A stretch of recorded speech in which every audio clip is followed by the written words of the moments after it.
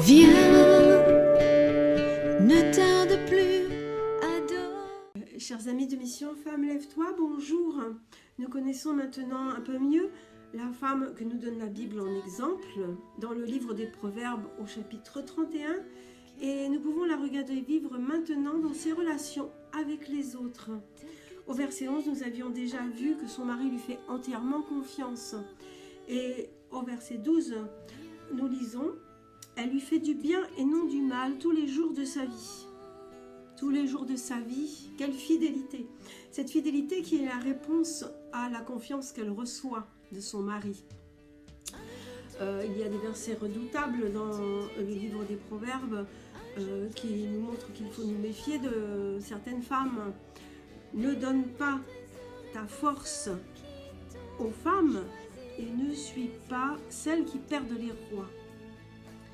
Dès le chapitre 2 du livre des Proverbes, le lecteur est invité à demander la sagesse pour éviter de suivre ceux qui font le mal, et entre autres les femmes prostituées et adultères.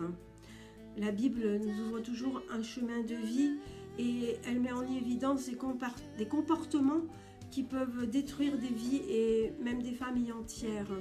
Mais revenons à notre femme valeureuse qui est source de bonheur et de prospérité.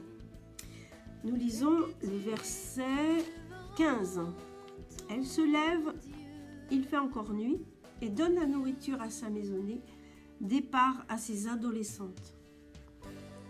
Situation commune à toutes les femmes de tous les temps. Les mamans qui préparent pour leurs enfants, qui prennent soin de leur famille.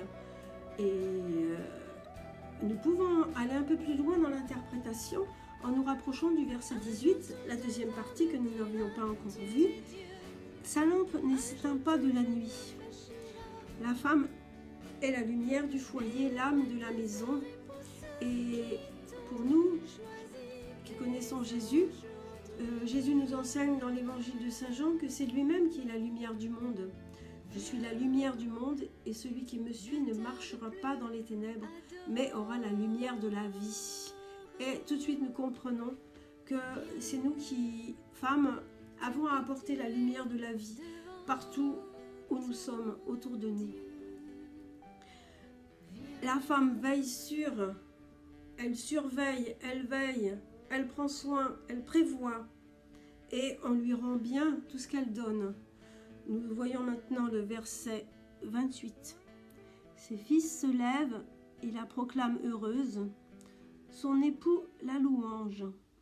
Il faut ajouter qu'elle ne se contente pas de prendre soin de son cercle familial, mais au verset 20, elle ouvre ses mains à l'humilié et tend son bras aux pauvres. Et en conclusion de ce chapitre 31, au verset 31, c'est publiquement qu'elle est reconnue. Je vous le lis. Donnez-lui du fruit de ses mains et que ses œuvres disent sa louange aux portes de la ville. Verset que je rapproche de la première lettre de Saint Jean, chapitre 3, versets 16 à 18.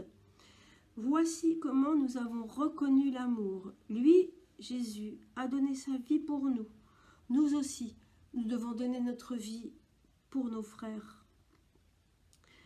Celui qui a de quoi vivre en ce monde, s'il voit son frère dans le besoin sans faire preuve de compassion, comment l'amour de Dieu pourrait-il demeurer en lui?